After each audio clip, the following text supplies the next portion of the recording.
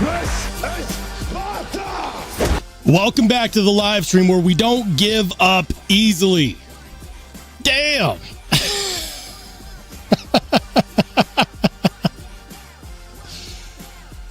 This should be better. I haven't had tech issues like this regularly for about 2.5 years now. I haven't. I have not had tech issues this bad for about 2.5 years. Here's the deal. You guys, I hear you when you say, well, why don't you just go live from your phone? The phone is the way. I hear it. I hear it. That's not me, guys. I'm not the guy that gives up easily. I'm not the guy that half-asses anything. It's either full speed ahead or not a tostada. I'm not retarded, but I like rocks. If I can't do it well, or at least to my standards, I'm not going to do it at all. It's one of my strengths as an individual. It's also one of my weaknesses, is that I have absolutely no drive if I can't do something to my own standards. So please understand, if I couldn't run live streams the way that I want, if I couldn't get the audio the way that I want, if I couldn't get the video the way that I want, I wouldn't do it. I would just do something else that I could do to my standards. Be that as it may, a big shout out to each and every one of you who have stuck with tonight's live through two live stream shutdowns. The embarrassment, the shame. Stay hydrated. And by the way, a shout out and a thank you to Ramet, who popped in the last live fiasco like 10 minutes ago and gifted 5 memberships. Thank you, Ramet. Thank you. And by the way, shout out to Broderick22. Hold on, I gotta get my chat back on the screen. Where did it go? I got the live stream up and running, but damn. Let me get this going. Let me get this going. What happened to my chat? Come on, chat. Come back. Come back. That's not it. There it is. My man, full ass or no ass, half, no half. Where was I? Oh, yes. Shout out to Broderick22. Shout out to Broderick22, the most recent battalion leader. If you didn't know, battalion leader is the highest level of membership that you can take part of. Thank you, man. And for those who didn't know, Broderick22 is also my brother. What's up, bro? I see you out there. See you out there. He's just starting to dip his feet into the EDC hobby. Make sure to give him a warm welcome. My brother, everybody. What's up, bro? Good to see you, man. And shout out to my man Gizmalion, who's been a Spartan for 21 months. Thank you for riding with the channel for the last. How many months is that? That's. I need both sets of fingers and toes here. It's a year and 9 months. Thanks, man. I know you've been around for a lot longer than that, though. Guys, normally it's like this far into the live, I'd still be saying hi to people. We're just going to roll through it real quick. We got Marco, Average Joe, Jim Miller, Stonewall Joe, Jen Blaze, Blue and Adi Ninja. What's up, Blue? Hold on. Jen Blaze, what's up again? Neil McKenzie, Grateful Dong. Ed B, what's up? He says everybody tickle Roll's like button. It's consensual. You could tickle the like button. I would appreciate that. Although if it was me and I was a viewer, I'd be like, you got to earn that like. As of right now, you got to earn it. What are you going to talk about today? Average Joe says, Roll, your interweb is worse than here in Oz. So I got my bit rate fixed, right? And then I ran a connection test to make sure that I had everything set up right. And I did. I'm on gigabit internet. The irony is that I had less internet issues when I was in Denver on T-Mobile internet. I'm now on a wired Ethernet connection with internet that is supposed to be capable of handling streaming just fine. Yeah, go figure. Mo Cutlery, mo problems. Thanks, Ryan. I appreciate that, man. Jim says, Roll isn't a half-ass, he's a whole... Man, I set that one up right. That's funny. Oh, man. He says, stop the instability. Yeah. If you guys ever wonder why I usually take 30 minutes before I set up a live stream, it's so I can avoid issues like this. It's weird that I had a bitrate issue. It is what it is. It says, missed the first 2 lives. Man, you're behind. We're overachieving here. Normally, I only do 1 live, per live stream day. All right. In true Big Brother fashion, no less. What's up, John Blackman? Good to see you, man. What's up, Brasher Beer? Good to see you. He says, evening. All right. Guys, the theme of tonight's live was going to be on the topic of knife issues. Now, for those of you who have been in this hobby for a long time, you already know when you buy knives that are mass produced, even if it's from a company with a good reputation, sometimes they slip through the cracks. I'm talking about the QC issues, the quality control issues.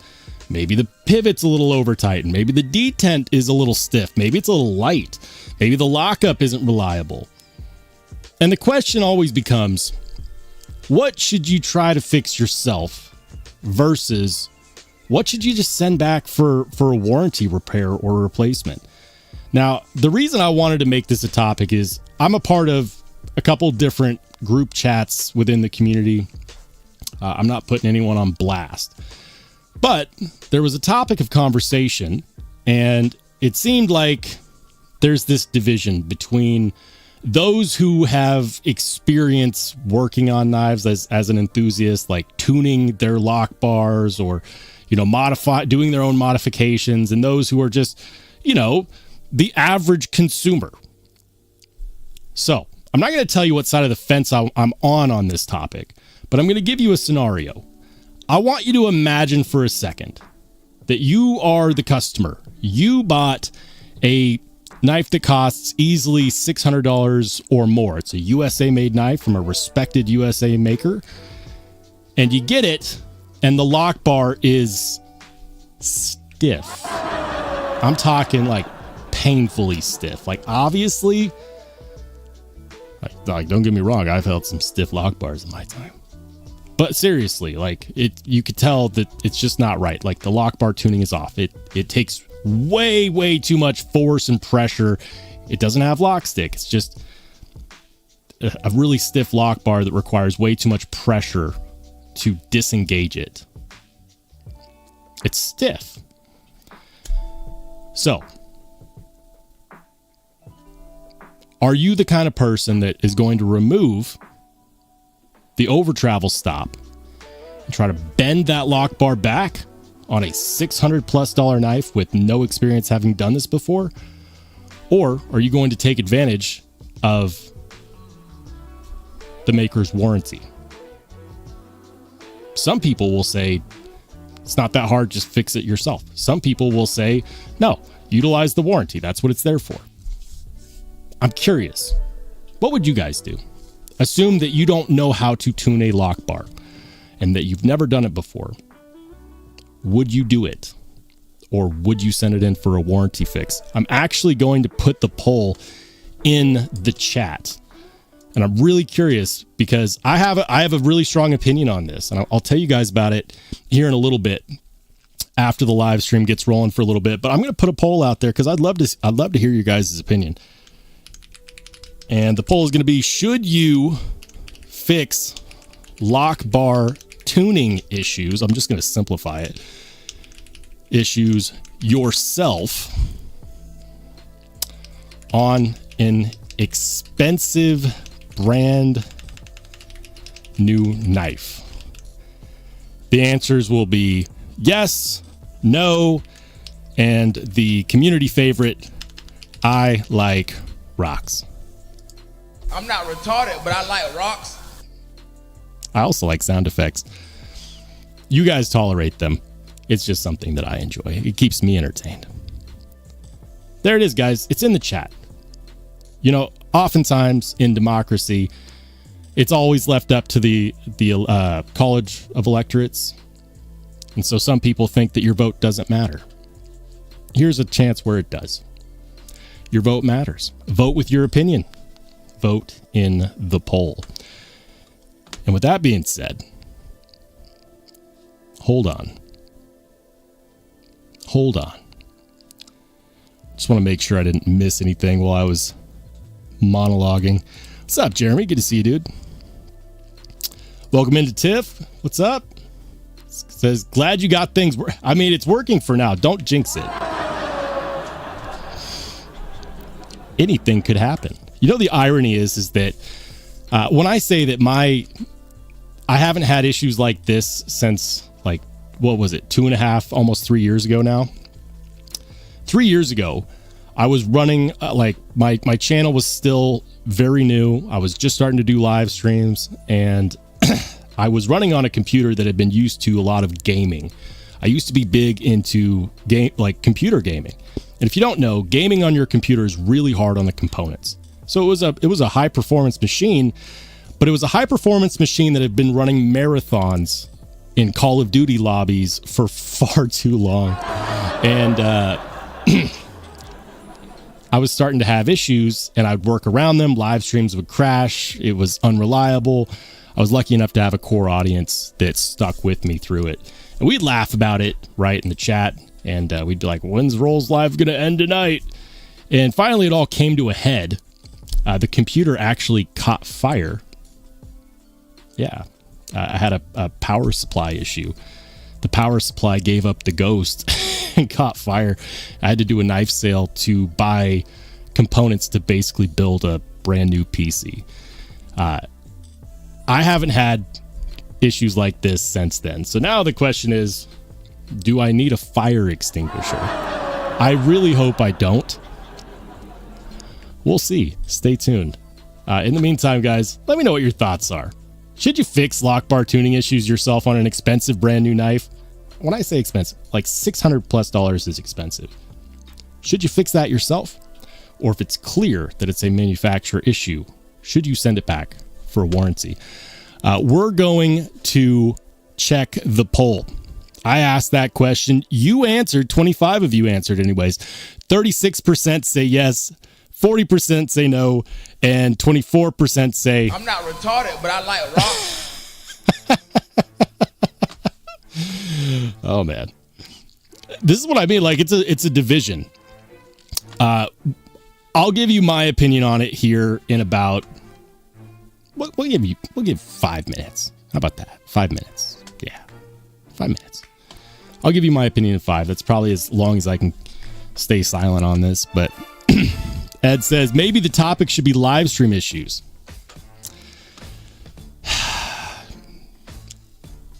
I'm like a dog with a bone, okay? I gotta pick the bone before I can move on to another topic. Speaking of live stream issues, the last live stream ended in much of a similar fashion that the first live stream of today started, and that was with a crash. I didn't actually get a chance to talk about what I wanted to talk about because I started getting into the topic, and then the live stream crashed. So we're actually going to pick up on unfinished business. Have you guys been paying attention to Remet's Instagram? So Remet is coming out with better knives all the time. They are one of those companies that I like to collaborate with because they actually take feedback. When they collaborate with the channel, they're looking for honest opinions because through those opinions, they've been able to truly build up their brand and also increase the quality of what they're putting out there. as an enthusiast, I freaking love that. A lot of companies say, you know, like, I don't need these influencers. Blah. Feedback's feedback. And you could either take it and make something better, or you can ignore it and just keep making the same. Remet does the former, and it really shows. I've been very interested lately, because they recently put out on their Instagram that they're releasing a new knife model soon. Turns out they're actually releasing 2 new knife models soon. And the one that I'm talking about is the Remet RT Steed. The picture is not that. I actually need to bring up my my screen share. Let me reset my screen share here. Hold on. Boom. There it is. This is the Remet RT Steed. It looks freaking great. You know, obviously I haven't handled it yet. I have plans to. I'm going to fondle the crap out of that knife. Let the fondling commence. Because this looks great. Some things that I've noticed on here that look great. First of all, we got a composite carbon fiber. I hate to call it a backspacer, but from what I can tell, I believe it wraps around the whole back end of the knife. For those of you familiar with the Devo Fireball, they call it an integral backspacer, at least Devo did. This looks to be very similar as far as the carbon fiber. That's cool. That's super cool. They've got different colors. Looks like they've got a blue basket weave carbon fiber. They've got a yellow composite with their regular bead blast. I know they've got the blue looks fantastic. They've got a different shaped thumb stud. Some people will love that. Some people will hate it. It's a frame lock. You could potentially call it a bolster lock, but it's not quite a bolster lock. But you get the same advantages that you would get out of a bolster lock. So frame lock, we got some lock bar relief cutting right there. Good looking pocket clip. I'm really enjoying this blade shape. It's they're refining the more simple blade shapes while keeping the design updated and modern. And I really like that.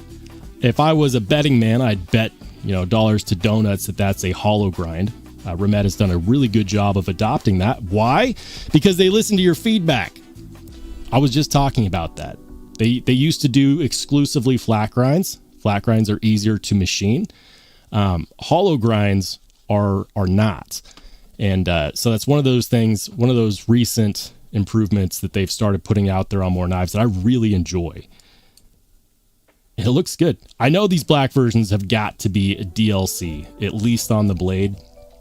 The black is a nice contrast between the color on the carbon fiber and then the black on the handles and the blade.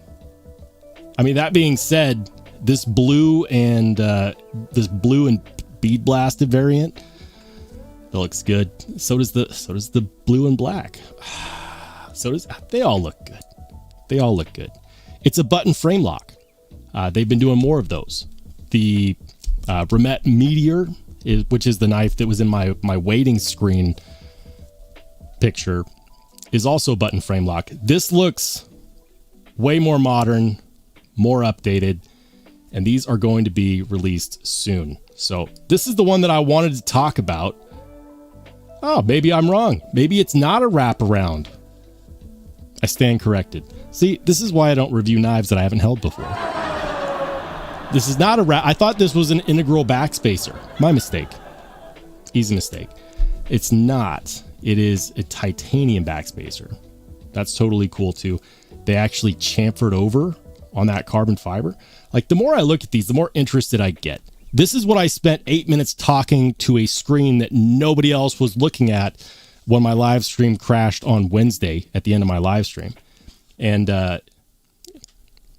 so now unfinished business has been taken care of. We're going to get back to the poll in the chat because that is a question that I wanted to ask a larger group of people.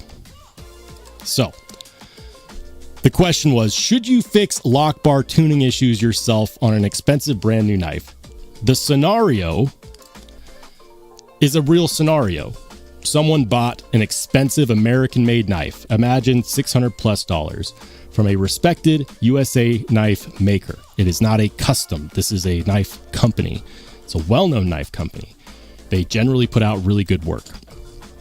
He gets it in hand. The lock bar is ridiculously stiff. The tension is not anywhere near the realm of what's acceptable. He asks in the chat, should I try to fix this or should I send it in for a warranty? I promised you guys I'd give you my stance on this. Right before I do, 30% of you said yes, you should fix it. 39% said no, and 30% said... I'm not retarded, but I like rocks. That's never going to get old. Here's my stance. This individual does not modify knives. They have no experience doing lock bar tuning. They don't know what they're doing on a brand new knife. Now, for those of you who have experience doing this, totally get it. You've gone down the path of learning, and you learn by doing. And it's a useful thing to know how to do. However, I in no way, shape, or form would ever recommend to anybody that has never done it, at least on a cheap frame lock, to do it the first time on an expensive frame lock. That makes no sense. No sense whatsoever.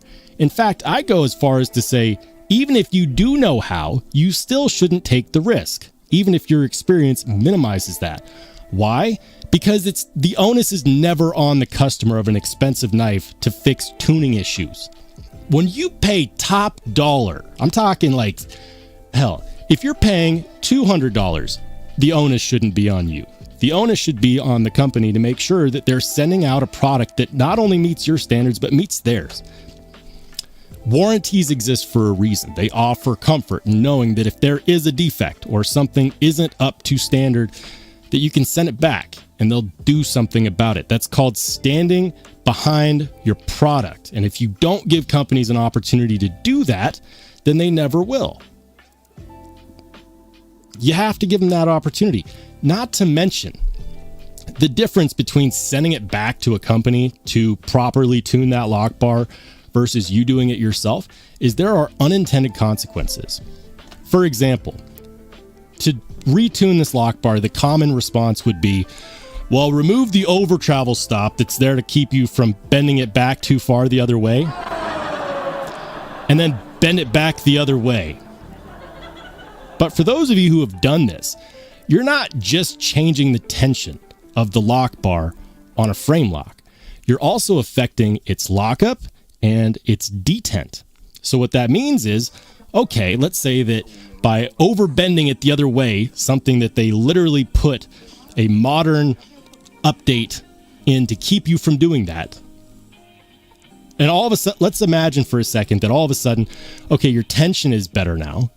Maybe it's not as stiff. But all of a sudden, it's got a weak ass detent. You reach out to their warranty and say, "Hey, I've got a bad detent." They're like, "Well, did you do anything to it?" "Oh yeah, I tried to fix the tension, and now the detent is bad too. Can you fix it?" You know what they're gonna say? They're gonna say, "Kick rocks," because modifications are never covered by a warranty.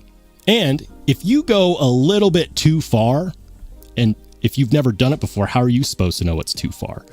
You go a little bit too far, all of a sudden you've messed up. You may have fixed the one thing you were, concerned about, but you've messed up everything else. When you send it to the company, they know what it's supposed to be like because they make the knife. They know how to tune it correctly, and they're going to be tuning it to their regular specification. And if it doesn't meet that, they'll be on the line for replacing it for you.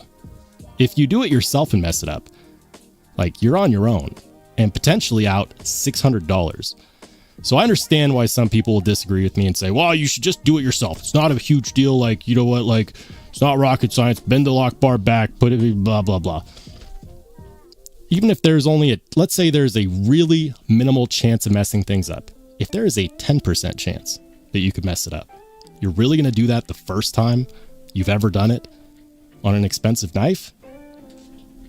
We can agree to disagree, but that is dumb. So for what it's worth, that's my opinion. The onus isn't on the customer to get it right. And I have no sympathy for makers that go online on Instagram or on YouTube and be like, well, I can't believe they set it for this. No, the onus is not on the customer to get right. The onus is on the company that sells the product. And if you don't like having dumb warranty requests, do a better job of QCing. Or charge less, and we'll expect less. And on that bombshell, we're going to go ahead and shut down the poll. It ended with 29% saying yes, 41% saying no, 21% saying I like rocks. I'm not retarded, but I like rocks. Thank you guys for listening to my rant. Anyways. Jeremy says, it can't stay, but I wanted to say hello to everyone. Jeremy, you have a good rest of your weekend, man. We will catch you on the flip side.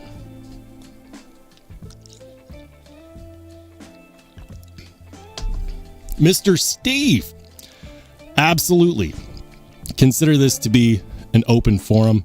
Mr. Steve says, I got to find his message to highlight it on the screen. But he says, hold on. He says, can I say why I shouldn't? Are we talking about the poll or are we talking about something else? Yeah. It's an open forum. Let him have it. Hey, shout out to my brother for gifting a channel membership.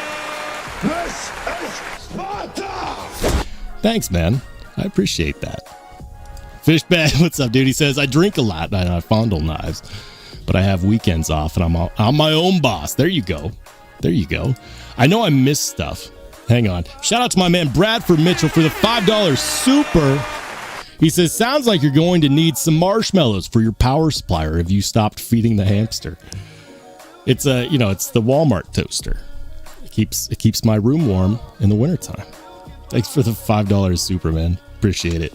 And shout out to my man Kevin Smith and Knives. It says on the screen, new member. I don't know why it does that, because on my end it says that he's been a channel member for 13 months. So recently, past the 1 year mark. Kevin, thanks, dude. Appreciate it. Thank you for riding with the channel. Hold on. It says part 2 of mistype. It's okay. Mistakes have been made tonight. I'm not in a position to judge anyone on theirs. John says, my nephew was working on a PC CD-ROM, was going motor speed, eject CD, and it was spinning throughout and the CD and crashed. You know, I haven't had a computer that actually had a disk drive like that in a very long time. And I'm glad that my current build doesn't have an actual disk drive, because they're so loud. They're so loud. Anyways, Steve says, I'll probably have Remet Leopard by the end of the month unless somebody can say why I shouldn't. I mean, I'm not here to hold anyone back from the edge. I'm not the guy that does that. I have a Leopard. Love it, man.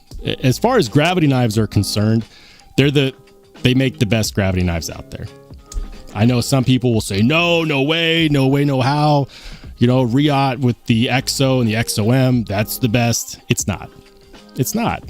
I've actually done comparisons in videos and given my full opinion on why it's not and why Remet actually has the best gravity knife out there. If folks haven't seen it, they should. But I'll say this. The Leopard is really good. The Swordfish is really good. And if we're talking Remet, hold on a second. If we're talking Remet, they're putting out an update to the Swordfish, and it's a blade shape update. I'm going to pop back over here. Check it out. This looks freaking good. This looks so freaking good. That is a dagger style blade. They changed the design of the pocket clip. Everything is more symmetrical. Symmetry is beautiful. Our brain recognizes symmetry as beautiful, and mine sure as hell does. They changed the carbon fiber shield. I believe it's now on both sides. And they changed the location of the release switch. So now the release switch is on the side like it would be in an out the front automatic knife. And I believe the shield is on both sides. Is it? It is. Look at that. One hell of an update. The regular swordfish without this update, fantastic. Still the best gravity knife on the market, and I'll die on that hill. This looks good. This looks really freaking good. I haven't seen this yet on the market, but they've been working on this update ever since they released the swordfish originally, and I can't wait to see what this is like in action. They released this photo, or these photos, about 2 months ago. So now the question is, when are we getting the update? I need to know, because I'm gonna add it to my regimen. It says, I want to see your thoughts on the RT1. The RT1? You mean the WK1? We've been over this. I reviewed it. I reviewed the first version. The update to the second version is purely a update to the grind, which is a hollow grind instead of the old flat grind. The WK1 is probably their most expensive knife. Hold on.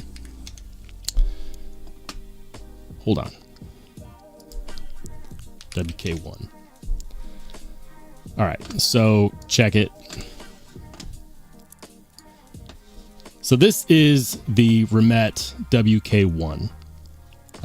And you know which one's the newer one, because, for example, if you look at this one, this is the original release, right? And everything is the same on this from a design standpoint, except for the thumb stud and the grind. This was a saber flat grind originally with a flipper, seamless design with no visible body screws. It's really cool. Very, very futuristic. I dig it. Everyone liked it. You know, $350. They changed it and updated it. So keep this in mind. Circular thumb stud, right? Flat grind. The updated version is more expensive. Or yeah, by about $5. But check it out. They now have it as a hollow grind, and they changed the shape of the thumb stud. Everything else is the same. Like, yes, you know, like they have different colors, but they had different colors of the original version too. That's the two big differences, is hollow grind versus flat grind, and different shaped thumb studs. So as you can see here, they have a fully DLC original black one. They have a fully DLC updated black one. They have the black and the gold. They had the black and the gold. Those are the two big changes as far as I'm aware from my information. I reviewed it, and I gotta say, this is the one that I reviewed, and it was great. It felt like a knife that had a lot of engineering put into it. It's an updated model. This model right here, even the old one with the flat grind, could still compete from a design standpoint with anything put out from a Chinese manufacturer in the last year. Just my thoughts.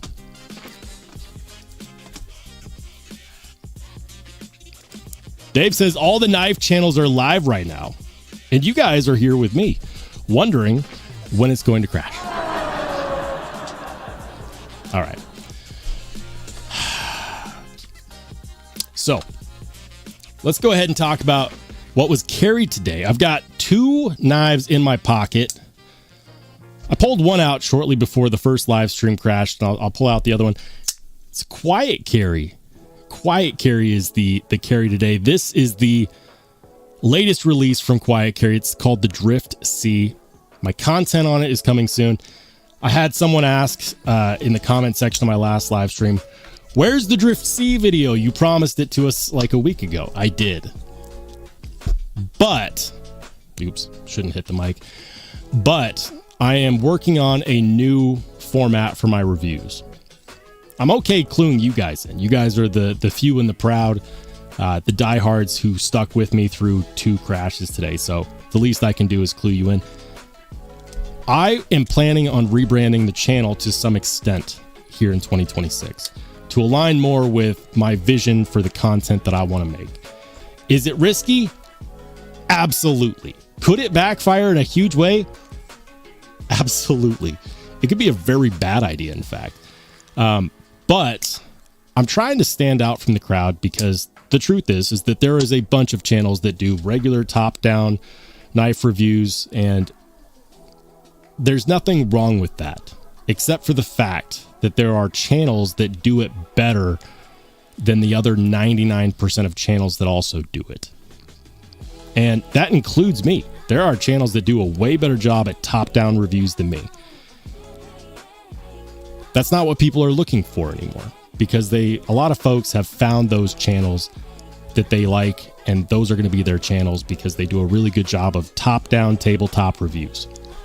And I'm not going to say that that won't be an element of my reviews or my vision for what a review could be, but I'm looking for a different format, something that's more engaging, something that's more personalized, because the tabletop top-down only hands review where all you see are the hands is one of those things that is done so much that even if you do a good job of it, chances are you won't be heard above the crowd, even if you do a good job. So I'm trying to offer value in a way that hasn't really been offered yet. And I'm going to do that by building out my reviews in the same manner that I build out my Steel Snobs content, which is a backbone and a cornerstone for the little bit of success that my channel has had up to this point. If you don't take advantage of the things that you have seen work in the past, you are missing out on an opportunity to really capitalize on your strengths as a content creator. I don't want to miss out on that. I won't lie to you.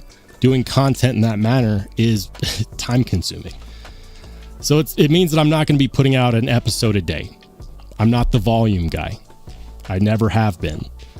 But I am hoping to make the review content just as good as the Steel Snobs content and provide even better engagement, entertainment, and also value. So if you're wondering what the hell is taking so long on the Drift C review, that's what's taking so long. It's in the process. I've got the whole episode and whole review pretty much written out. Now I actually just need to record and edit. And believe it or not, those are actually the least time-consuming parts of making that kind of episode. It could flop. You never know. There's no guarantees with any piece of content, but it is what it is. The other knife that I carried today, it's one of my favorite knives ever. One of my favorite production knives. This is the Quiet Carry 9. It's a Quiet Carry Saturday. Love these knives. Both of these knives. It's my carry. What did you carry? Let me know in the chat, or better yet, if you're in the Only Spartans Discord, pop your carry in the Only Spartans Discord. We're actually going to go there right now. So check it out. We're heading over to the Discord in 3, 2, 1, go. This is the Only Spartans Discord. And if you want to share your pocket check with the live stream, feel free to join the Discord. Let's see. We've got to scroll up a little bit today.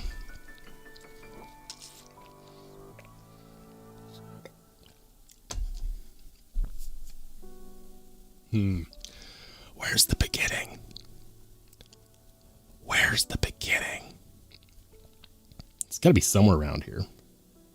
Yeah, here it is. All right. Starting the day off with Nick T. Nick T's got the Rainy Saturday carry. Check it out. That on top is the Sparrow Knife Company Strix, and this one is the BMK Designs. I'm going to cheat and look at the message. The BMK Ether. That's right. That's right. The BMK Ether. So he's got the Sparrow Strix and the BMK Ether. I like it, man. I like the look of the Ether. It's kind of a clip point, drop point harpoon. That blade is all belly. I like the fluted milling on the handle scales too. Dazed, he's got one of the exclusive Spyderco Warncliffe paramilitary 2s from Cutlery Shop in Rex 121. Rex 121 is a steel that Spyderco has promised us we would see more of. I don't really trust their promises because they released the Edgerati 2 years ago, and only now we're starting to get Edgeratis out there. So will Spyderco also come through on their promise to come out with more knives in Rex 121? No clue.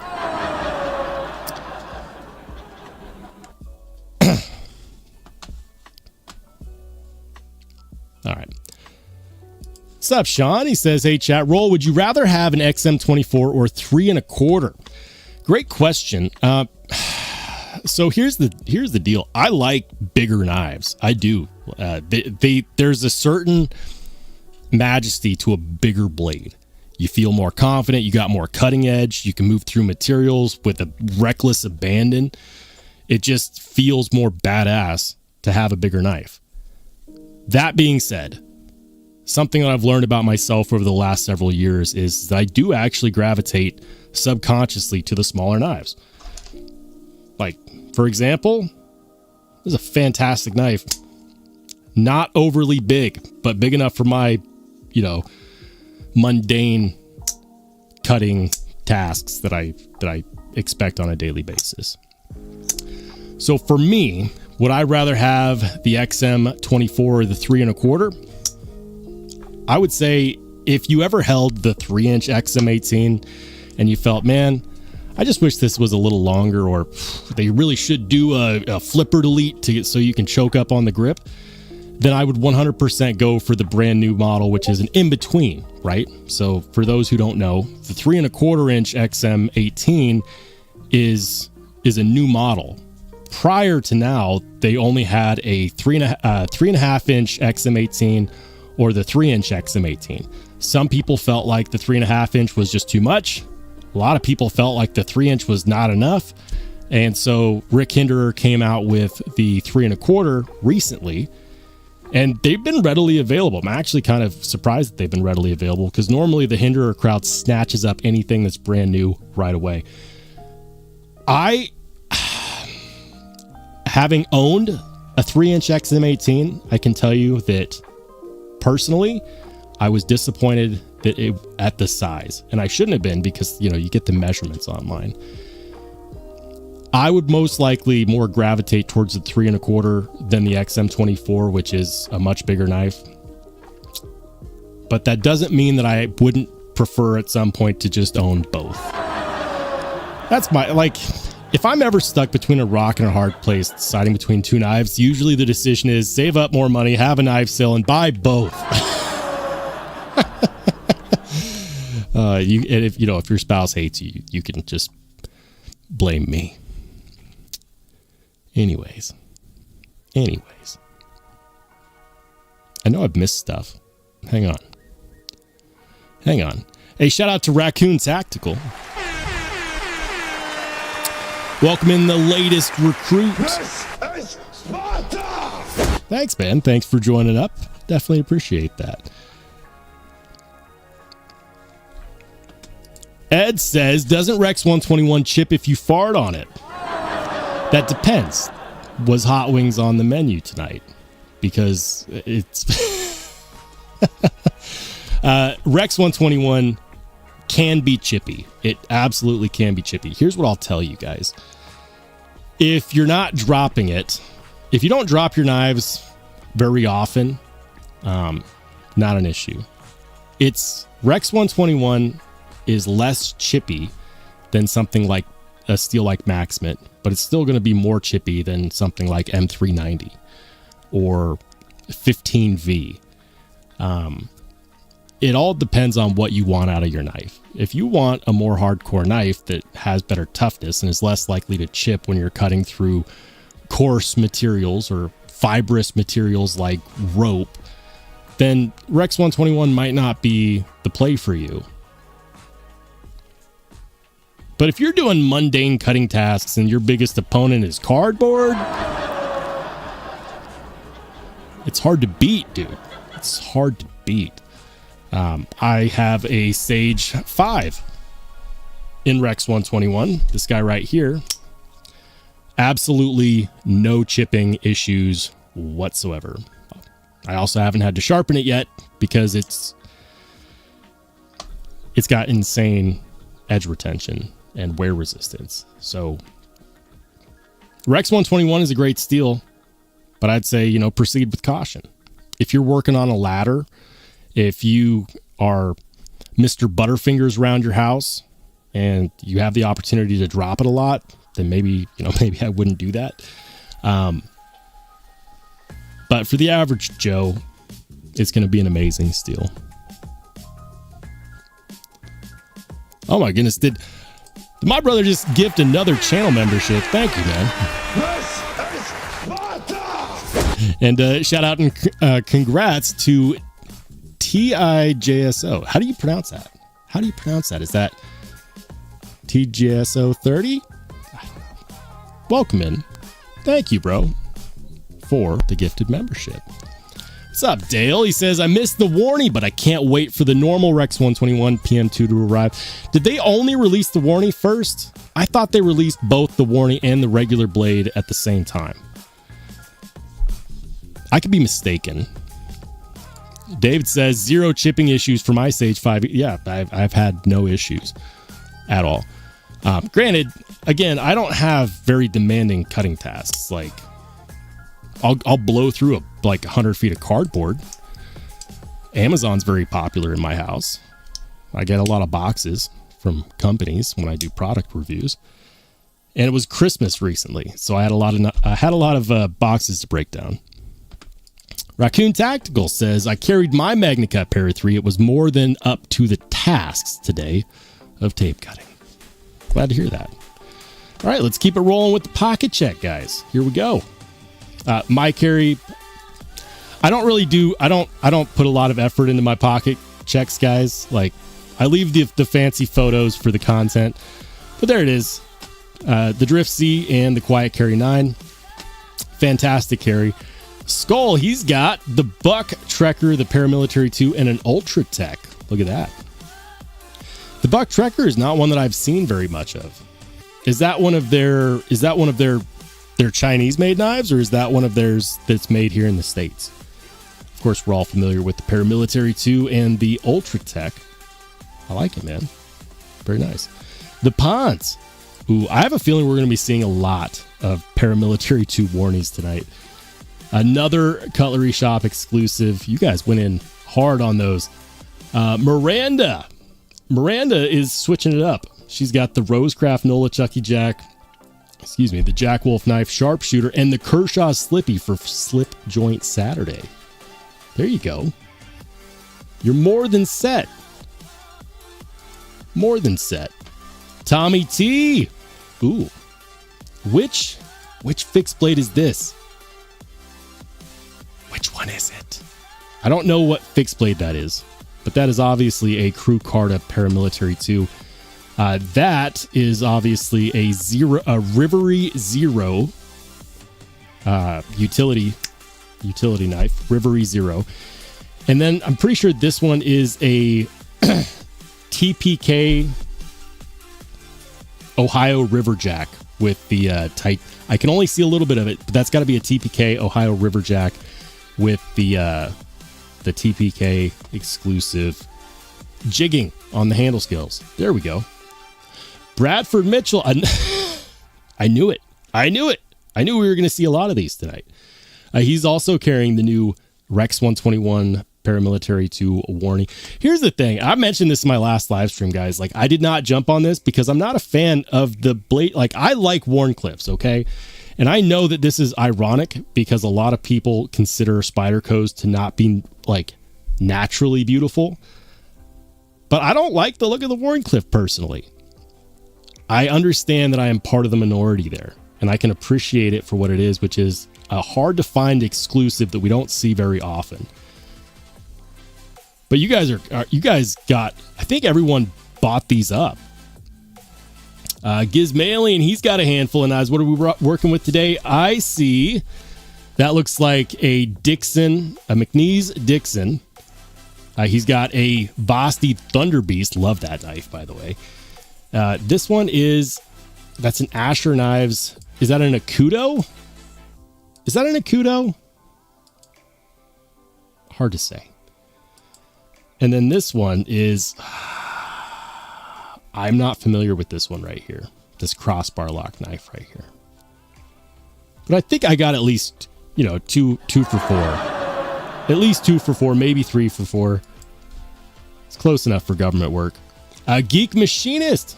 Always coming in with the spicy photos. Love it, man. On the train tracks, he's got the SOG Power Pint. The SOG Power Pint. Gerber pry bar. I'm not sure who does that pen. I'm really interested in that pen. And then a Kaiser fixed blade. I believe that's a Lundquist design. Geek, if you're still in the chat, let me know, dude. Jojo's got the 15V Shaman with the Lynch Northwest scales and clip combo. Very nice. I'm still kicking myself that I didn't get in on the 15V Shamans back when they were available, but that's life, man. The Pons has the bro don't buy that for real combo. Love it, man. He's got the Warney Rex 121 exclusive paramilitary to the Spyderco stovepipe. I recently got one of those. I love it, man. And then the Crucible Industries exclusive paramilitary 2 in MagnaCut. The bro don't buy that combo. I love it, man. Let's do this. Ooh, there it is. There it is. Ed coming in with a good one. Ed's still rocking the Buck 110. We bought the same knife at the same time. I got mine right here. It's never far. It's in my desk. It's the Buck 110 in MagnaCut. Beautiful hollow grind. It's a 110. It's a knife that should need no introduction, but it's got the America camo carbon fiber as well. It's an exclusive. It was the July Buck of the month. Love it, man. And of course, it's some good staging on the photo too, with the single malt Scotch whiskey. I'm not really a Scotch guy. But I respect those who have refined enough taste to enjoy it. Let's go TC Blades. He's got a gang of McNeese knives. He's got the Dixon, the PM Mac 2, and then of course the Mac 2 3-inch. I see that their 3-inch versions are making a comeback. Jim Miller. He's got the Miguron Vein, the CRKT Stiff Kiss, the Rosecraft Obed Creek Bow Trapper. Look at that. That's a carry that sees some use for sure. Aaron D2 coming in with that's the Squid Industries. That's the Squid Industries folding knife. I forget what it's called. Apparently, people say that it's pretty damn good. Squid Industries button lock. What's it called? The Surf. Squid Industries, American knife maker, known for making butterfly knives, aka balisongs. They released in the last year, their first ever regular folding knife called the Surf. $250. It buys you, I'm pretty sure it buys you, no, I was about to say MagnaCut. It's S35VN at 60 HRC and aluminum. But here's the kicker, and a lot of people don't think about this. It's not your regular run-of-the-mill 6061 aluminum. It is 7075 T6 grade aluminum. Now, this is important because 7075 aluminum is far more scratch resistant and far tougher and stronger than 6061. They're both aircraft grade level grade aluminum, but the difference is that 7075 is it's better. It's also harder to machine. It's more expensive, which is why when we see knives with aluminum scales, normally we don't get 7075. I'd say for every 10 knives that have aluminum scales, only one of those will have 7075 aluminum. The other 9 will be 6061, and that's fine. 6061 is perfectly good as far as a handle scale material is concerned. I just had to point that out. This is a knife that I've looked at. I've considered buying it, and then I just got distracted. Anyways, back to the pocket check. That's cool, man. I'm glad you shared that. It reminded me that I need to actually pick one up and check it out. Let's go, Craig Vincent. Ooh, let's see. It's got almost. I do this every time where I see the AD15 and I call it a Demco. It's a Cold Steel AD15. There we go. He's got the. It's not a Tenacious, but I almost called it one. Right? That's not a Spyderco Tenacious. Spyderco Tenacious. Maybe it is. He's got the Cold Steel FM1, the Armiger 4. He's got a Vosteed Vombat. Love that one. Big fan of the Vombat. He's got the Swift. Yeah, the Swift 3. I don't know what that is. I don't know what this one is. And I also don't know what this one is. He usually has one or two that I can't identify. That's cool though, man. Nice carry. Grateful Dong. He's got the full Zerk F5.5 and the Ferromonster. Ooh, he's got a Ferromonster Chroma. Very nice. I like the Gecko. Works as a bottle opener, right? F5.5, a knife that should need no introduction. People love the crap out of that knife. Let's go Reaper. Reaper's got, ooh. This is one that I haven't, this is a type of carry that I have not seen very commonly, but I would love to see more of. So this is, you know what, I could tell you, but I'll just show you guys. I'll just show you guys. Hold on.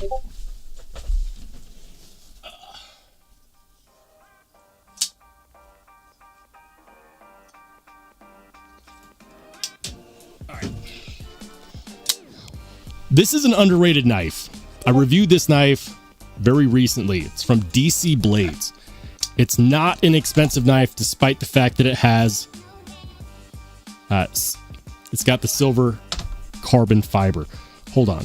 DC Blades. DC Blades.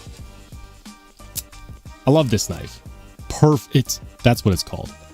I wanted to go to the website because I'm like, it's a knife that has a very unique name. It's called the Glaurung. The silver carbon fiber PVD version is still available. It's $90, and these are not a sticker. Like, this is actual full carbon fiber scales, so it's not a sticker. You get a compound grind, very aggressive blade shape. Yes, it has a slight recurve here. 14C blade. Milled pocket clip, guys. For $90? Are you kidding me? Are you kidding me? The Glaurung is fantastic. I did a review, DC Blades. Shout out to Tier 1 Gear. They sent me a bundle of knives and they said, check them all out. Let us know what you think. And I told them right away, this is a fantastic value and I hope people take advantage of it. It's $90 and they're still available. If you want a good sub $100 knife, 14C, the OEM is Miguron, and they did a really good job on the sculpting and milling on these silver carbon fiber handles. It's also got a backspacer. The Glaurung. And I probably mispronounced it. Anyways, that's cool, dude. I haven't seen very many people with that, and that's a damn shame because it's a good knife. Kevin Smith, he's got the Evo. The only question is that a 3.0 or is that the new one, which is like, what do they call it? Like the 1.2? I don't know. Either way, the hand satin finish on the blade is beautiful. Love it, man. And what looks to be an XM24 Harpoon Spanso, right? It's a 24? Am I mistaken, Kevin? Ooh, Stonewall's got the Taipan.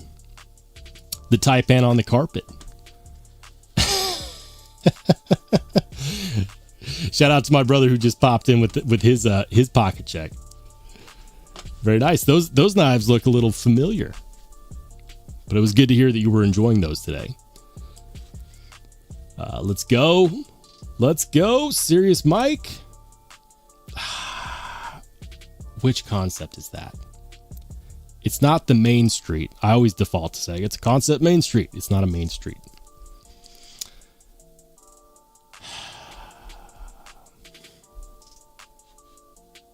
Kershaw Bel Air. That's a gimme. Kershaw Bel Air is a fantastic knife. Is that a Bel Air XL? I think it is. Kershaw Bel Air XL. Dale Lane. Dale's got a benchmade 940, and I'm not sure which one this is. I'm not familiar with this knife right here, the one on the bottom. That looks cool though. Is that a custom? Is that a mid-tech? Dale, I need your help, Dale. It's been a long day. My brain doesn't want to work anymore. KRK Knives. He's got a T-Cal fixed blade. That's going to be a Monster. The one on the far left here. Freak. I never reviewed this one, but I've seen it plenty. It's a Monster. The name of the model is just skipping my brain. All right. You guys are probably screaming at me in the chat. I need to check that. Monster. I do this for me. It's not the Urban Grip. It's not the Aurora Rays. I don't think it's the no, it's definitely not. Maybe it is the Urban Grip. It is the Urban Grip. Okay. The Urban Grip is sweet though, man. Look at this. You can get them in different carbon fiber inlays. I do believe that it's a front flipper only, but carbon fiber, titanium, hand satin finish. Incredible craftsmanship. You have to give Monster their due.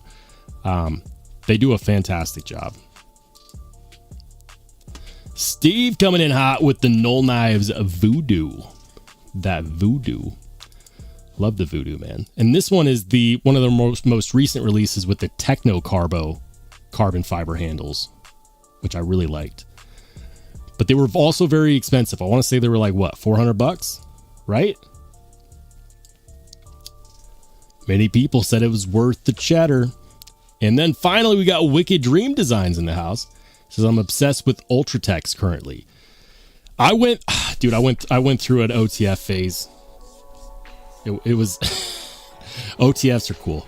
That's all I'm gonna say. OTFs are really cool. I still want to get a ZBP, a zero blade play ultratech, especially since there's still a good chance that Hawk Knives might win that lawsuit and they will have to get rid of their ZBP model. So. Does anyone have an update on that lawsuit? I hope so. Guys, that's the pocket check. Thank you to everybody who participated. This is Sparta! If you want to know how to join the community that I'm building here, become a channel member. Memberships start as little as 99 cents. That's the barrier for entry. So if you want to join a growing community, place where you can post your pocket checks and end up on live stream, share your daily pocket checks, even on non-live stream days, come hang out and chat, share your new knife days. It's always exciting when those new knives arrive. Share it with the group. It's fun.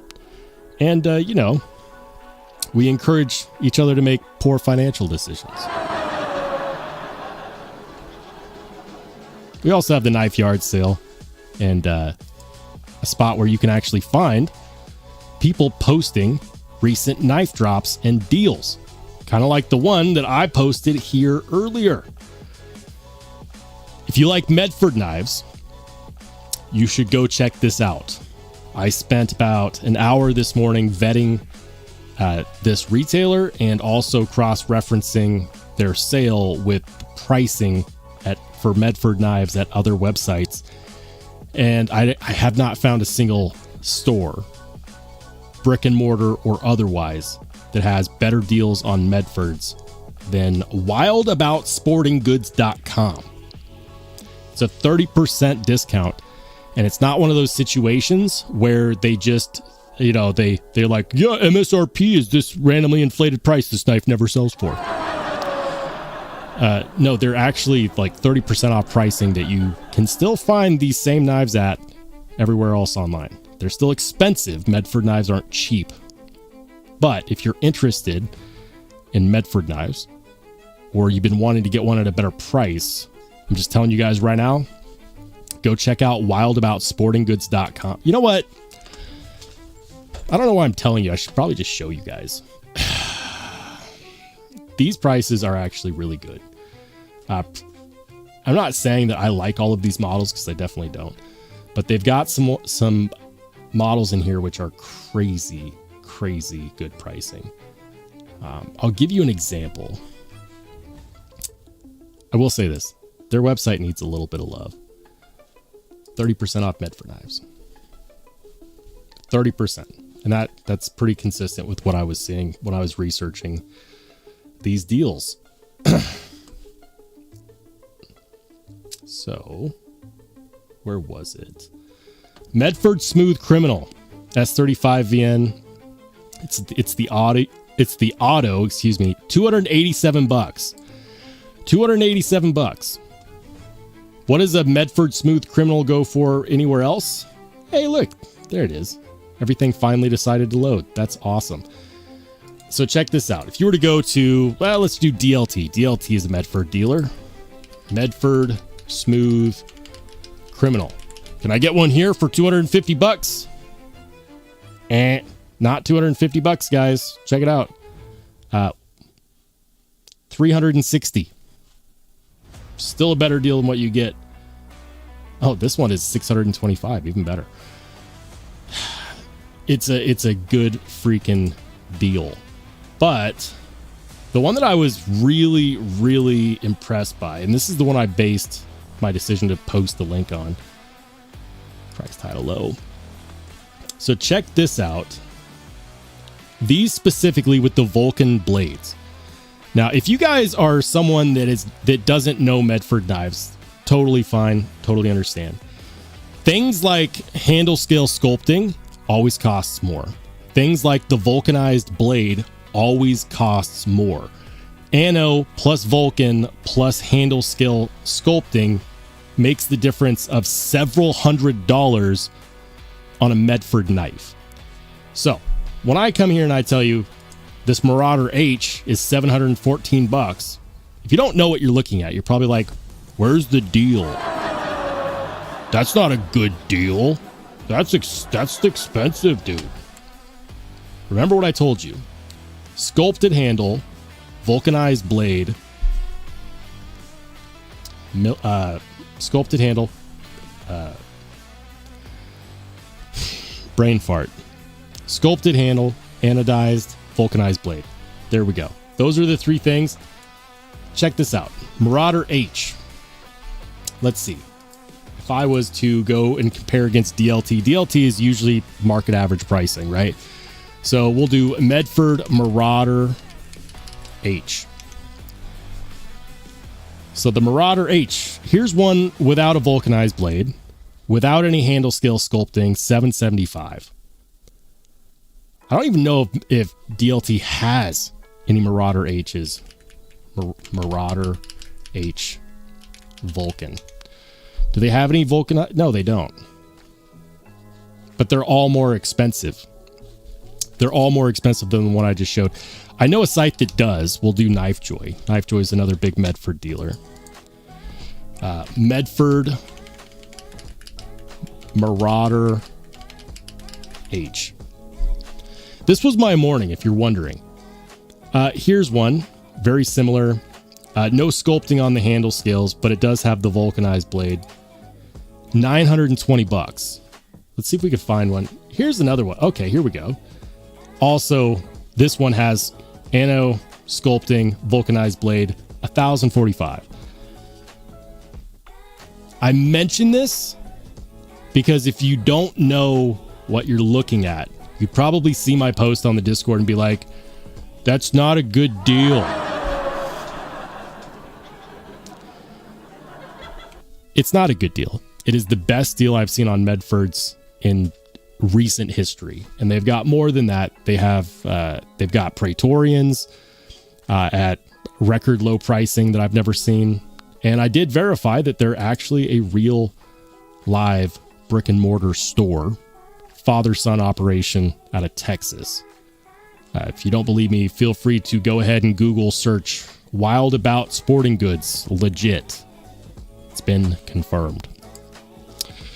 So I just thought I'd go ahead and mention that, guys, because I don't know, maybe some of you guys are looking forward to that. Staten Island says, how do I get to the Discord channel? Great question. I usually get asked this a couple times a week. I'm happy to show you how to do it. So my Discord requires an invite link.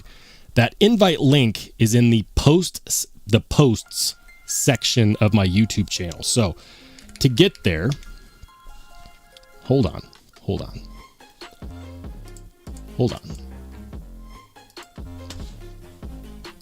Probably help if I did a screen share. To get there, you go to my channel, just search for Rollshambo on YouTube. Just like, I'm the only one dumb enough to misspell Rollshambo. Just kidding. There's actually a story behind the spelling of the channel name. But it's in a members only post on the posts section of my YouTube channel. So find me on YouTube, go over here, click on posts, and I believe one of the last 3 posts that I posted is actually an invite link. Click on it. If you have a Discord account already, like Discord accounts are free. It's like a chat room /forum. If you have an account already, just log in and it'll take you right to the Discord and you're in. Once you're in, you're in. If you don't have an account, you may have to set one up. If you set one up, use the same email that you use for YouTube, and it'll actually link the Discord to YouTube. I've got the bridge connected. You don't have to, but I do recommend it. That's how you get in. There you go. Go to the post section. Scroll down a little bit. You'll see an invite link for Discord.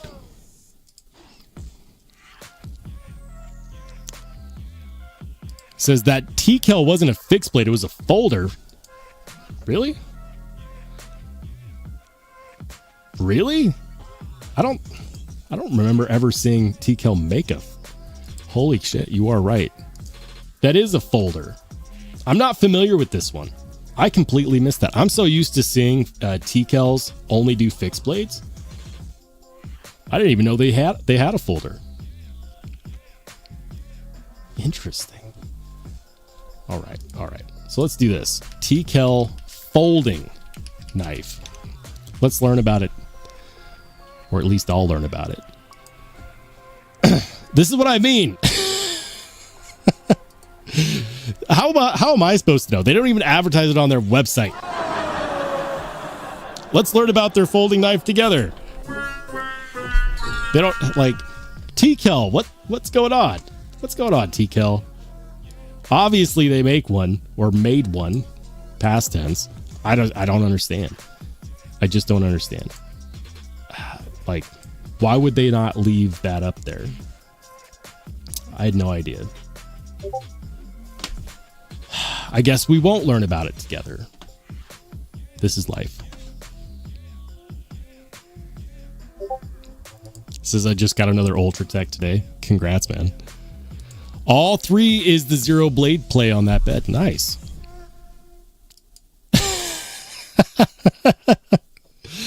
Ed says, I made a poor financial decision today. Hey, my lips are sealed. People can find out in the pocket check.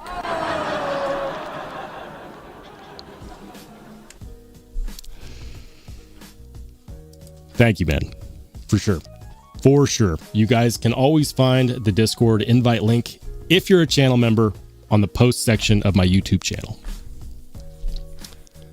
What's up, Paperclip? Did I already say hi? What's up, man? Says, oof, that T-Kel fixed blade is nasty. I'm assuming you're talking about this one. It's a Guardian 3.2. Here's the thing, guys. Like, you all know this. Fixed blades do not perform as well on my channel as folding knives. Probably because I've done infinitely more content on folding knives. But fixed blades have really started to grow on me. I've got several, actually. I have a whole drawer full of fixed blades. One of my favorite recent ones is this guy right here. Small batch fixed blade from Transparent Knives. incredibly thin edge geometry. And I love it, man. I really do. I really do. This has gone through hundreds of feet of cardboard reliably. It's MagnaCut. It's 65 Rockwell, made by Brian from over at Transparent Knives. It's the Doodle, the Transparent Knives Doodle. And here's the thing. It's big enough to get the job done and small enough to actually fit in your pocket. It's not sticking out like some big old Bowie knife. But every time I talk about a fixed blade or I talk about heat treat in general, there's always at least one person that brings up Bradford. The Bradford Guardian is one of those legendary fixed blade designs for a reason. If I'm not mistaken, that's one of their knives that really put them on the map. At some point, I'm going to have to get myself a Bradford Guardian.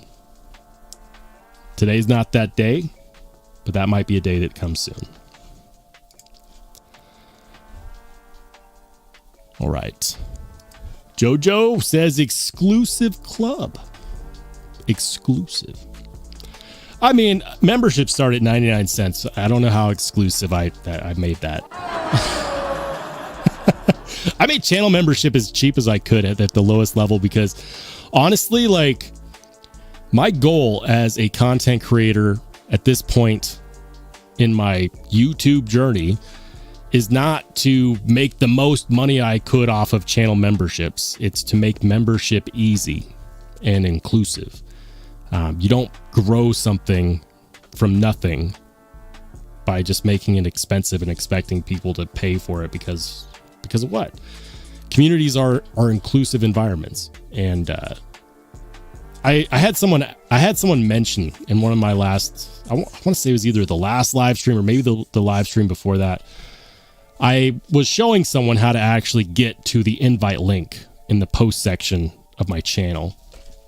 And they said, hey, if somebody wants to join the Discord without being a channel member, they can just pause the live stream and type out that link and it will let them in. You know that, right? To which my response was, membership starts at 99 cents, right? How much is your time worth? How much is your time worth? But it's seriously, it's a serious question. If I wanted to make it more prohibitively expensive, more exclusive, I could do that. And I might do that after I feel like I've grown the Discord community to the place where I feel like, okay, maybe now we need to start slowing down the flow of people. But we're not there yet. We're not there yet. Right now, the goal is growth. So I mention this because if someone really, and I'm talking like really, wants to spend time hunting, pecking the keyboard with, a Discord link, what's worth more, that or 99 cents? Trust me, guys, you can always make more money. You can never make more time. It blows me away that someone would want to save a buck just to like cheat their way in. It is what it is. If you fuck around and find out on my Discord, though, you will get banned. Shout out to Ed B and the mod team over in the Discord. Appreciate you guys.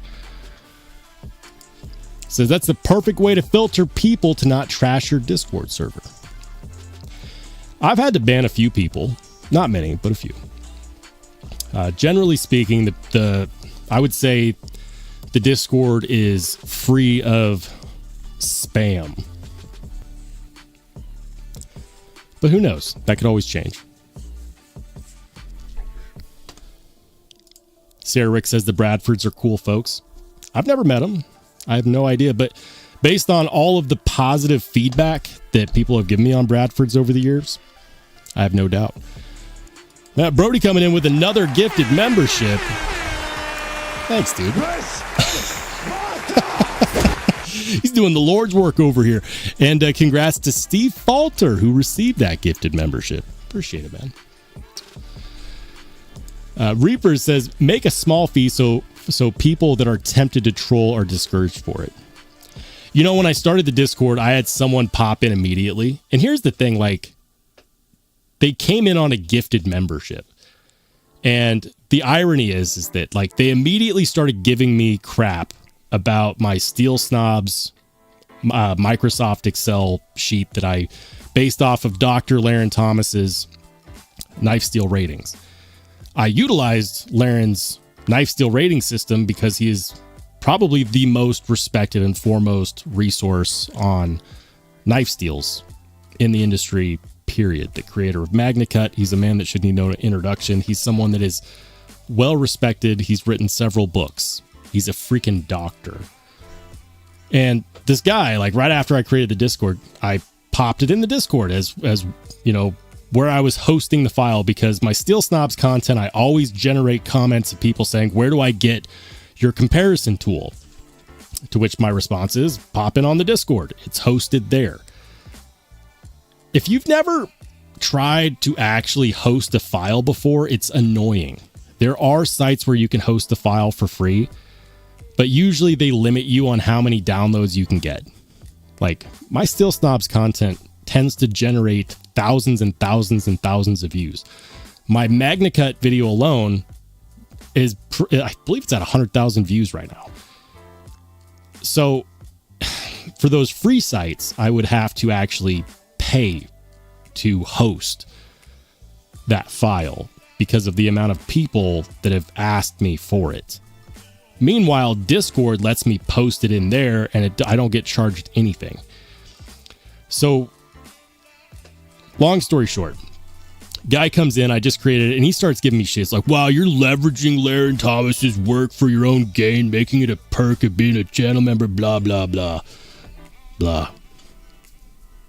So what did I do? I posted a screenshot of me asking Laren Thomas on Instagram if he cared. Guess what he said? He says, go for it.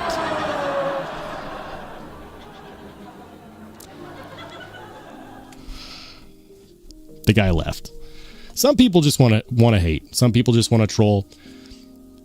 If you're ever building something where you are a public person, you have to understand that at times you're going to have to put up with critique that is unfair, criticism that is unwise. You're gonna have to put up with people that just want to take the piss out of you for the sake of taking the piss out of you. And what I've learned over time is that you can't really let that get to you, because if you do, you're letting them get exactly what they want, which is a response in a public nature. They're like mosquitoes. Haters are like mosquitoes. And it's up to you whether or not you let them suck your blood. You can't let those people live rent-free in your head. So I get it. It's important not to let the trash in. But just like if someone really wants to break into your house, if they really want to get into my Discord, they can get into my Discord. That's why I have Discord mods. I'm in there every day. Somebody pops in and starts causing trouble, I'm happy to ban them. I in one ear, out the other. Bring on the haters, because believe it or not, the haters actually do help generate views through the algorithm, because the haters are the ones that are watching all the way through, waiting for you to make a mistake or to say something dumb in a video. Guess what that does? That helps the algorithm. It tells the algorithm that they need to show this to more people because of the watch history. So if you guys ever wonder, why does Rolls always thank the haters when he says thank you? I thank the haters because they're partly responsible for where my channel's currently at.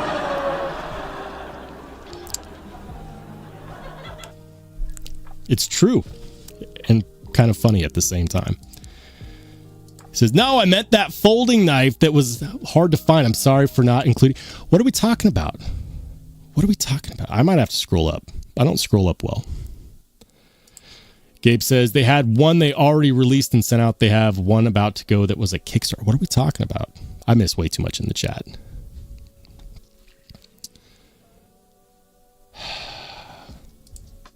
Brody says, I like their Praetorian Slim Flipper. You know, I'll say this. The Praetorian Slim Flipper is not my jam.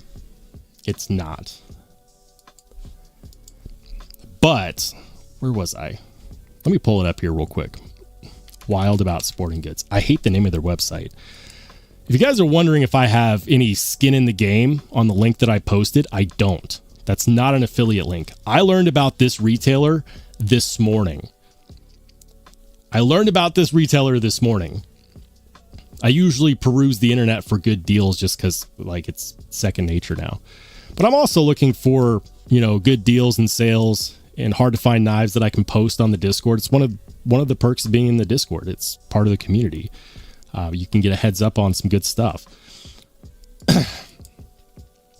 You will never find a better deal on any of these models than what I found on this website today. And I have verified that this is a legitimate website. The Praetorian Slim Flipper. I may have already passed it. The ones that I'll tell you right now, the ones that I really like is I'm really tempted by the Slim Midi in S45VN with the Ano Flamed Peaks Dragon Skin. $528 for this is a good deal. It's a really good deal, man. It's a really good deal. Plus, dragon skin handle scales. Like those are sculpted handle scales with multiple ano jobs. And it's S45VN. A lot of the sales that I've seen on Medfords over the last couple of years have been on older models. I'm talking models that sat on a shelf for 4 years before they sold. Those sales make sense. If you look at the certificate of authenticity on these, this one says January 1st, 2024. For a knife that costs over $500, that's not actually necessarily that old. Like 2024, January 1st, it's 2 years old. That's still relatively new. It's not using S30V. It's not using D2 steel. It's using S45VN. For those that don't know, S45VN is essentially American LMAX in how it performs. It's going to give you really good corrosion resistance and edge retention, a decent amount of toughness. It performs in the same vein as M390. M390 having a little bit more wear resistance, but S45VN and LMAX having a little more toughness, which I really like. This one has been very tempting. The dragon skin milling with the multi-tone ano looks great. If I had to guess as to why this one hasn't sold yet, it's because a lot of people are like me and consider the satin finish that Medford does to be some of the best satin finish out there, period. Anyways, I had to mention that. The Slim Praetorian Flipper is what you'd mentioned. So let's go check that out real quick. We'll share with the class. Share with the class.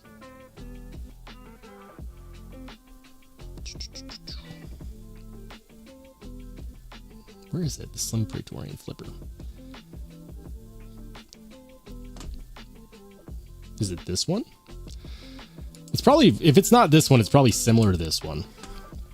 Yeah, so what's really cool about the Praetorian Flippers is that it creates a quick way to deploy the knife. Now, this being the drop point version, this has a hollow grind that you don't see terribly often in knife design anymore because it's hard to do. And it's almost impossible to do with a milling machine. Anytime you see a hollow grind like this, that's called a non-concentric hollow grind, that means that the hollow grind is not straight across. A lot of the machined hollow grinds that you see that are like CNC milled or, milled by a computer, they're straight across. And there's nothing wrong with those hollow grinds, except for the fact that what they do is they gain thickness towards the tip. This is a non-concentric, meaning that it follows the belly of the blade. That's why you see it curve like this. And it, as far as I'm aware, it can only be done by hand. It has to be done by someone that's skilled enough to do it by hand. And it's actually really freaking cool. So this is basically a Praetorian with a flipper tab and an elongated blade. This one is the Swift FL, so it's not the Slim. It's going to be a little thicker. It's going to be a little thicker. What do they spec that at? Oh, that's still not bad. 15 thousandths behind the or 15 thousandths blade stock thickness. That's not bad. Where's the slim? Where's the slim? Slim flipper. Here we go. $539. Okay. Praetorian slim flipper. PVD drop point blade. Same non-concentric hollow grind. Those handles are bronze barked handles. This is what I mean when I say Medford has some of the best satin. Like, their satin has depth to it.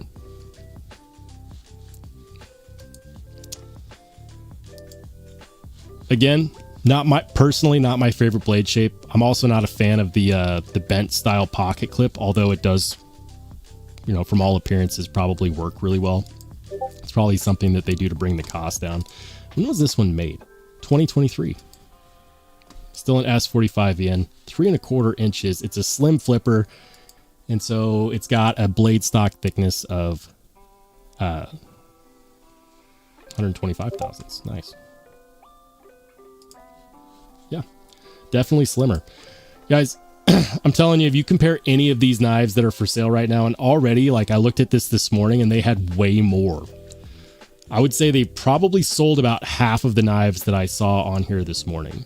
They've got some good ones. The Marauder H, in my opinion, is probably the best value, but they're all really good values. And when they say that it's a 30% off sale, that's 30% off of whatever you're going to find anywhere else online. So the only reason why I'm putting this out there is because this is a small retail store that I never heard of. And I know that generally speaking, when I find good sales on Medfords, people like to jump on them. They got some good Praetorians. They got some good slim middies. They got some good Marauders. Another cool one that I saw that I want to mention, so that someone can buy it so that I don't, is this one, the Medford Antic. It's front flipper, S35VN. Check out that two-tone dragon skin handle. Like, like, damn, that looks good. I don't know. Maybe it's just me. Maybe it's just me. That was born August 2024. I gotta stop looking at this. This is bad for my wallet. Anyways, guys, we are going to call it. We're going to call it. Let me catch up real quick. I want to make sure I haven't missed any anniversaries or super chats or anything like that. I don't think that I did. If I did, I'm sorry. I do tend to get distracted and miss stuff. But guys, typically my live streams, for those who might be new here, typically my live stream is around an hour and a half. Sometimes I push it to 2 hours. Tonight, I had technical difficulties. I learned one more thing that I need to check in my first 30 minutes before the live stream tonight. I need to check to make sure the bitrate didn't default to something that does not line up with my internet. Anyways, I appreciate each and every one of you guys that stuck with me tonight, especially through the technical difficulties. Thank you. I gotta say that it means a lot that you guys stick around after knowing I was having issues. So thank you. Especially thank you to absolutely everyone who donated memberships tonight or who joined as a new member. If you are a new member, I don't know what you're doing. Get over there in the Discord. Or not. I mean, it's up to you. Thank you to the subscribers. Thank you to the channel members. Thank you to the haters, especially the haters. Guys, if you didn't know, my live streams happen every Wednesday and Saturday at 8 p.m. Mountain Standard Time. That's 8 p.m. Mountain, which is 10 p.m. Eastern, which is 9 p.m. Central, which is 7 p.m. Pacific. I hope you have an absolutely fantastic rest of your weekend. I'll see you guys on Wednesday. Keep an eye out for my review coming soon on the Quiet Carry Drift C. If you want to hang out and chat, you can find me over there in the Discord. Other than that, I'll catch you guys on the flip side.